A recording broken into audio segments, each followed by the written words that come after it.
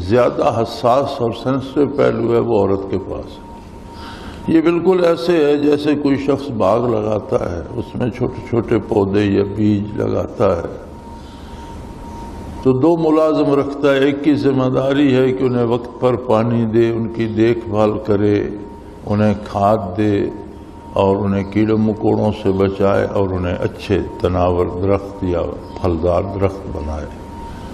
دوسرے کی ذمہ داری ہے کہ اس کی گوڈی کرے، محنت کرے، اس کے گرد باڑ لگائے، دور سے پانی کی نالی بنا کر لے آئے، وہاں تک پانی پہنچائے۔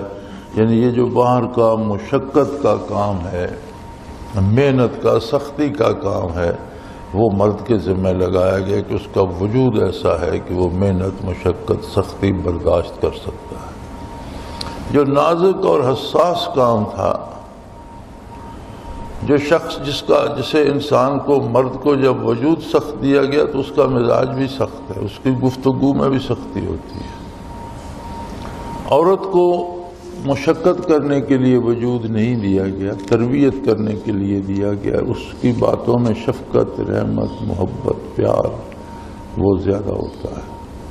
تو جو زیادہ نازک حصہ تھا کام کا وہ خاتون کے ذمہ کر دیا، اور جو محنت طلب اور مشقت طلب تھا وہ مرد کے حصے میں آیا۔ تو یوں نسل انسانیت کی بقا اللہ کریم نے آگے بڑھائی اور جاری رکھی۔ اب اگر یہ دونوں ایک دوسرے سے تعاون نہ کریں، باہر محنت کرنے والا پانی کی نالی لے کر آئے لیکن پانی بوٹوں کو دینے والا جو ہے وہ سویا رہے، بیٹھا رہے، وقت پر پانی نہ دے، وہ کھاد مہیا کرے وہ انہیں فراہم نہ کرے، وہ باڑ تو لگا دے لیکن انہیں کیڑے مکوڑے کھاتے رہیں اور وہ پرواہ نہ کرے، تو باغ تو نہیں لگے گا۔ اور اگر وہ کرنا چاہے اور باہر والا کچھ لا کر نہ دے تب بھی بات نہیں بنے گی۔ اب یہ دونوں میں جو ہے اتفاق و اتحاد کیسے ہو، دونوں ایک دوسرے کا احساس کیسے رکھیں؟ تو فرمایا وَجَعَلَ بَيْنَكُمْ مَوَدَّةً، تم دونوں میں محبت پیدا کر دی۔ ترجمہ تو مودہ کا محبت بن جاتا ہے، لیکن یہ کیسی محبت ہے؟ محبت کا ہر لفظ کا ایک معنی قریب ہوتا ہے، ایک معنی بعید ہوتا ہے۔ معنی قریب کہتے ہیں جو لفظی معنی ہوتا ہے، معنی بعید ہوتا ہے جو اس کا نتیجہ نکلتا ہے۔ تو محبت کا نتیجہ کیا ہوگا؟ محبت کرنے والا جس سے محبت کرتا ہے اس کی بہتری چاہے گا، اس کی خوشی چاہے گا، اسے رنجیدہ برداشت نہیں کرے گا، اسے دکھی نہیں دیکھ سکے گا، اس کے لیے جو کچھ اس سے بن پڑا وہ کرے گا۔ تو یہاں ایک طرف نہیں فرمایا وَجَعَلَ بَيْنَكُمْ مَوَدَّةً، تم دونوں میں ایک دوسرے کی بہتری، ایک دوسرے کی بھلائی، ایک دوسرے کی خوشی دیکھنے کا جذبہ رکھ دیا میں نے۔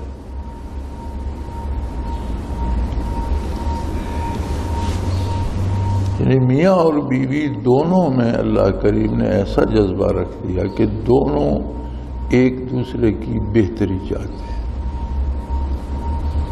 برحمہ، رحمت کا معنی بعید بھی یہی بنتا ہے کہ انجام کار بہتری نصیب ہو۔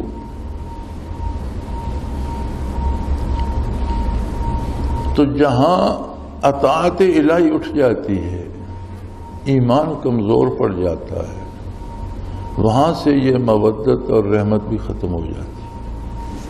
پھر ہوتا یہ ہے کہ میاں چاہتا ہے کہ میں بیوی کو تگنی کا ناچنا چاہوں، اور بیوی کہتی ہے کہ میں تمہیں سیدھا کر کے رکھوں۔ میاں بیوی ایک دوسرے کے ساتھ مقابلہ کرتے رہتے ہیں، جس کے نتیجے میں اولاد تباہ ہو جاتی ہے اور زندگی جانوروں سے بدتر ہو جاتی ہے۔ یہی مسئلہ مغرب کا ہے، چونکہ دین نہیں ہے، ایمان نہیں ہے۔ میں کراچی کے ایک مدرسے میں گیا تو مجھے ایک لڑکا ملا، وہ سویڈن سے تھا، اور وہاں پڑھ رہا تھا کہ مسلمان ہو گیا، پھر پھرتے پھراتے کسی سے ملا، اس نے اسے وہاں بھیج دیا، تو جامع بنوریہ میں زیر تعلیم تھا۔ تو میں وہاں حاضر ہوا تو میری اس سے ملاقات ہو گئی، بیٹھا وضو کر رہا تھا، تو میں اس سے پوچھتا رہا کہ تم کیسے مسلمان ہوئے، کیا ہوا، تمہارے والدین کہاں گئے؟ تو کہنے لگا والدین کے بارے میں مجھے کچھ علم نہیں۔ کیوں؟ تو کہنے لگا جب تک بچے کو وظیفہ ملتا رہتا ہے والدین ساتھ رکھتے ہیں، جب میں 16 سال کا ہوا تو میرا وہ سرکاری وظیفہ بند ہو گیا، اور اس کے الفاظ تھے "They kicked me out and shut the door"، انہوں نے مجھے دھکا دے کر باہر نکالا اور دروازہ بند کر دیا کہ اب اپنا کماؤ کھاؤ، تمہارے لیے جو سرکاری وظیفہ آتا تھا وہ بند ہو۔ جوان بچیوں کو نکال دیتے ہیں اور کہتے ہیں اگر گھر میں رہنا ہے تو کھانے کا خرچ اتنا ہوگا، بیڈ روم کا کرایہ اتنا ہوگا، کہاں سے لاتی ہو یہ تمہارا مسئلہ ہے، یہ پیسے دے سکتی ہو تو گھر میں رہو، نہیں دے سکتی تو جاؤ اپنا کو گھر تلاش کرو۔ کیا یہ وہ جانوروں والا سلوک نہیں ہے کہ بچہ جب گھاس چرنے لگ جائے تو اسے ماں چھوڑ دیتی ہے، باپ تو سرے سے نہیں پوچھتا؟ یا پرندوں کے بچے جب وہ خود اڑنے کے قابل ہو گئے تو پھر ان میں کوئی رشتہ داری نہیں رہتی۔ مقام انسانیت سے گر جاتا ہے جب انسان نیچے آ جاتا ہے تو پھر وہ خصوصیات جانوروں والی، بہائم والی اس میں آ جاتی ہے۔ یہی کتاب اللہ نے کہا ہے اولئک کالانعام، یہ جانوروں کی طرح ہو جاتی ہے، بل ہم اضل، حقیقت میں یہ جانوروں سے گئے گزرے ہوتے ہیں، چونکہ جانور کو تو تخلیقی طور پر اللہ نے جانور پیدا کیا اور اسے عظمت انسانی عطا کی تھی، یہ وہاں سے گر کر حیوان بن گیا۔ تو کفار کا مسئلہ تو یہ ہے ہی، ہم اپنے آپ میں اور عالم اسلام میں بھی دیکھتے ہیں تو آج کا سب سے بڑا جھگڑا اور سب سے بڑی جنگ جو ہے آج کل وہ میاں بیوی میں ہے۔ اس کی وجہ بنیادی طور پر اللہ کریم سے ناآشنائی اور عظمت رسالت سے دوری ہے، دین سے دوری ہے۔ بہت سے لوگ بظاہر نماز روزہ بھی کرتے ہیں اور نیکیاں بھی بظاہر تو کرتے ہیں، لیکن کردار کے اعتبار سے ان کی اصلاح نہیں ہوتی۔ کیوں نہیں ہوتی؟ کہ وہ نیکیاں دکھاوے کی یا رسمی ہوتی ہیں، ان میں وہ جان نہیں ہوتی کہ کردار کو تبدیل کر سکے۔ ہمارے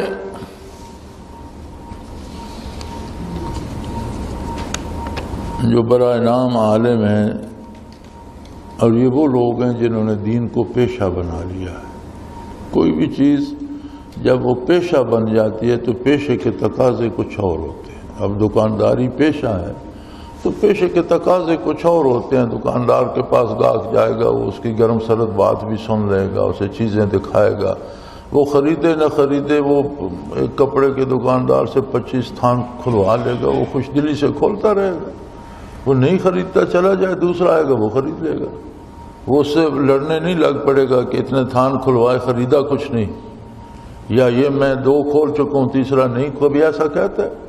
کیوں نہیں کہتا؟ اس کی کوئی رشتہ داری تو نہیں ہے، اس کے پروفیشن کا، پیشے کا تقاضا ہے، اگر نہیں کرے گا تو اس کا کام نہیں چلے گا۔ دین بھی جب پیشہ بن جاتا ہے، ذریعہ معاش بن جاتا ہے، تو پھر اس کے تقاضے بدل جاتے ہیں، پھر لوگوں کی خوشی مقصود ہو جاتی ہے، اللہ کی نہیں۔ پھر جس بات پہ لوگ راضی رہتے ہیں نا، اس طرح کی باتیں گھڑتے رہتے ہیں۔ اسی ضمن میں ایک بات یہ بھی گھڑی گئی کہ یہ جو نیکی ہے اس کا تو بدلہ آخرت میں ملے گا، یہ ادھاری مزدوری ہے، نماز روزہ حج زکوٰۃ، یہ ادھاری مزدوری ہے، آخرت میں بدلہ ملے گا۔ بھئی اللہ کریم تو بندے کو کہتا ہے کہ مزدور کے ساتھ ادھار نہ کرو، اس کا پسینہ خشک ہونے سے پہلے اس کی مزدوری ادا کرو، نبی کریم صلی اللہ علیہ وسلم کا ارشاد موجود ہے۔ تو بندہ جو محتاج ہے وہ پہلے طے کرے کہ اجرت کیا دوں گا، کام کیا کرو گے، پھر اس کا پسینہ خشک ہونے سے پہلے اجرت عطا کرے، تو اللہ جو رب العالمین ہے خود ادھار کرتا ہے۔ ہر نیکی کا اثر کردار پہ ہوتا ہے. وہ آپ ایک نیک جملہ کہتے ہیں، نیکی سوچتے ہیں تو بھی کردار پہ اثر ہوتا ہے، اور نیکی پر عمل کرتے ہیں تو بہت زیادہ ہوتا ہے. جیسے قرآن کریم نے بتایا کہ عبادت کا ثواب کیا ہے، ان الصلاۃ تنہی عن الفحشاء والمنکر. اللہ کی عبادت بے حیائی اور برائی سے روک دیتی ہے. یہ اس کا ثواب ہے، اس کا اجر ہے کہ جب آپ اللہ اللہ کرتے ہیں، اللہ کی عبادت کرتے ہیں، روزہ رکھتے ہیں، حج کرتے ہیں، صلاۃ ادا کرتے ہیں، ذکر کرتے ہیں، تو نتیجہ کیا ہوتا ہے؟ ایک ایسی قوت، ایک ایسی لگن اندر آ جاتی ہے جو بے حیائی اور برائی سے بچا لیتی ہے. بندہ برائی چھوڑ کے نیکی کی طرف آ جائے. تو اعمال پہ اس تعلق کا اثر پڑتا ہے جو ہمارا اللہ کے ساتھ ہوتا ہے. جب اللہ کے ساتھ تعلق ہوتا ہے تو پھر گھر میں بھی شفقت ہوتی ہے، بیوی کے ساتھ بھی پیار ہوتا ہے، بچوں کی تربیت کی فکر بھی ہوتی ہے. اور اگر ادھر سے ہی ٹوٹ گیا تو پھر جس طرح مغرب کا معاشرہ ہے اسی کی تصویر یہاں بھی بن جاتی ہے. میاں بیوی ایک دوسرے کے ساتھ لڑتے رہتے ہیں، بچے اسپائل ہوتے رہتے ہیں، تباہ ہوتے رہتے ہیں، دہشت گرد بن جاتے ہیں، دوسروں کو قتل کرتے پھرتے ہیں. ان میں وہ انسانی احساسات ہی مر جاتے ہیں. چوری ڈاکے کرتے پھرتے ہیں، تباہی کرتے پھرتے ہیں. تو وہ اس آیہ کریمہ میں فرمایا گیا کہ زندگی کرنے کا سلیقہ یہ ہے کہ اللہ نے تمہارے برابر تمہارے جیسے انسان ہی کو تمہارا جوڑا بنایا ہے. فرائض اپنے اپنے ہیں. ایک ہی شخص کے ملازم ہیں دو، ایک ہی باغ کو سینچ رہے ہیں، ایک کی ڈیوٹی اندر کی ہے، ایک کی باہر کی ہے. سوائے مخصوص حالات کے، مستثنیات تو ہر جگہ ہیں، سوائے استثنیات کے بنیادی طور پر خاتون خانہ کی ذمہ داری گھر کی آبادی، بچوں کی دیکھ بھال اور نیک اور صالح افراد معاشرے کو مہیا کرنا ہے، اور مرد کی ذمہ داری ان کی ضروریات کی تکمیل اور انہیں تحفظ فراہم کرنا ہے. اب جب دونوں میں مودت ہوگی، مودت ایک جذبہ خیر خواہی کو کہتے ہیں، اور یقیناً یہ محبت سے ہی ہوتا ہے، دشمنی سے تو نہیں ہوتا، کہ خاتون خانہ کو میاں کی عزت، اس کا مال، اس کی محنت کا احساس ہو، اس کی عزت کا تحفظ کرے، اس کے مال کو ضائع نہ کرے، صحیح مصرف پہ لگائے، اس کے بچوں کی صحیح تربیت کرے، اور میاں کو اس کی محنت کا احساس ہو اور اس کا خیال رکھے، اس کی دل جوئی کرے، ان کی ضروریات پوری کرے. تو یہ زندگی کا فطری طریقہ ہے جو اللہ کو پسند ہے اور جس کی طرف اسلام نے رہنمائی فرمائی. اب جو خود ذات باری کی نافرمانی کرتا ہے، اتباع رسالتی کو چھوڑ دیتا ہے، تو باقی وہ کسی سے کہ گھر والوں سے وفا کرے گا یا بیوی سے وفا کرے گا یا بچوں سے پیار کرے گا، کیسے ممکن ہے؟ جو وہاں سے دور ہوگا تو اوصاف انسانی کم ہوتے جائیں گے اور ان پر حیوانی جذبات اور احساسات چھاتے چلے جائیں گے. تو یہ دونوں طرف ہے، مرد یا عورت دونوں انسان ہیں، دونوں مکلف ہیں. دونوں میں سے جو بھی اللہ سے دوری اختیار کرے گا تو یہی حال ہوگا. تو یہ بنیادی طور پر ہمیں زندگی کی بنیادی جو صورت ہے اس پر خبردار کرتی ہے کہ اس کو مد نظر رکھو. عموماً مرد چونکہ طاقتور یا تکڑا ہوتا ہے، غالب ہوتا ہے، تو زیادہ رسوائی خاتون کے حصے میں آتی ہے. لیکن خواتین بھی جب بگڑتی ہیں اور دین سے دور ہوتی ہیں تو خواتین ہی دنیا کو خواتین کے لیے جہنم بنا دیتی ہوتی ہیں، کبھی ساس کے روپ میں، کبھی سوتن کے روپ میں، کبھی کسی شکل میں، کبھی کسی شکل میں۔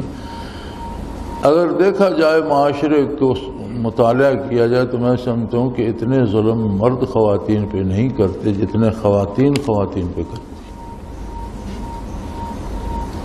لیکن اس سب کی بنیادی وجہ عظمت الہی سے غفلت، اللہ سے تعلق کا نہ ہونا اور سنت آقا نامدار صلی اللہ علیہ وسلم سے دوری ہے۔ اللہ کریم دین اسلام جو ہے اس کے لیے آخرت تو ہے ہی، لیکن یاد رکھو آخرت اسی کی سنورے گی جس کی دنیا بھی سنورے گی۔ آخرت تو سنورتی ہے، دنیا بھی سنور جاتی ہے، اور اگر دنیا نہیں سنور رہی تو پھر ہمیں سوچنا ہوگا کہ میں جو عبادت کر رہا ہوں، میں جو تسبیحات پڑھ رہا ہوں، میں روز تلاوت کرتا ہوں، تو وہ کہاں جا رہی ہے؟ میرا کام سنور تو نہیں رہا۔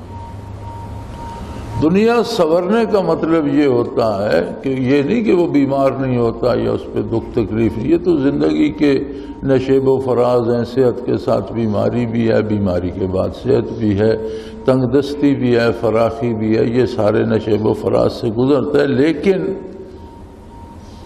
زندگی اس کی پرسکون ہوتی ہے، چخ چخ بک بک نہیں ہوتی، لڑائی جھگڑے تو میں اس کا مکان گرا دو، اس کی گلی بند کر دو، یہ چیزیں نہیں ہوتی، بلکہ دوسرے انسانوں کے لیے بھی سہولیات فراہم کرنے کی سوچتا ہے اور اپنے گھر کو خوشیوں کا گہوارہ بننا نصیب ہو جاتا ہے۔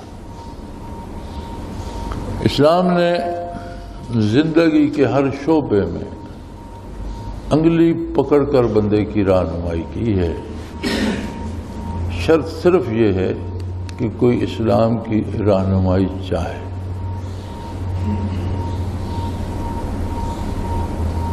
جو منہ پھیر کے چل دے اسے پیچھے سے پکڑتا نہیں ہے، لیکن اسے نتائج بھگتنا پڑتے ہیں۔ آج ہم جس جگہ کھڑے ہیں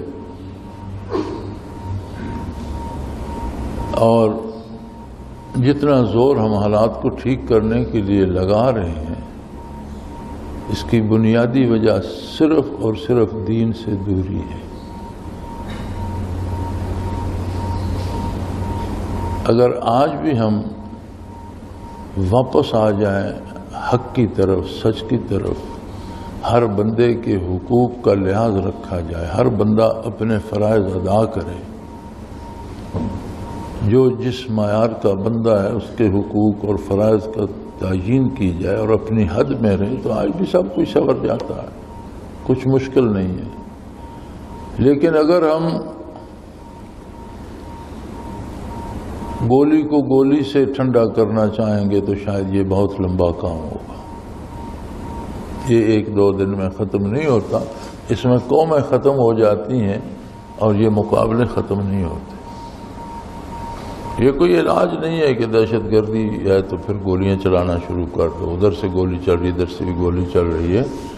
آج بھی لوگوں کو حقوق دیے جائیں، زندہ رہنے کی سہولتیں دی جائیں، جو ٹیکس لیے جاتے ہیں وہ پبلک کو لوٹائے جائیں، بچوں کو مفت تعلیم دی جائے اور تعلیم کا اہتمام کیا جائے، بیماروں کا علاج ہو، شفاخانے کام کریں، بے روزگاروں کو روزگار مہیا کیا جائے، تو کون پاگل ہے کہ وہ اٹھ کر دہشت گردی کی طرف دوڑ پڑے گا؟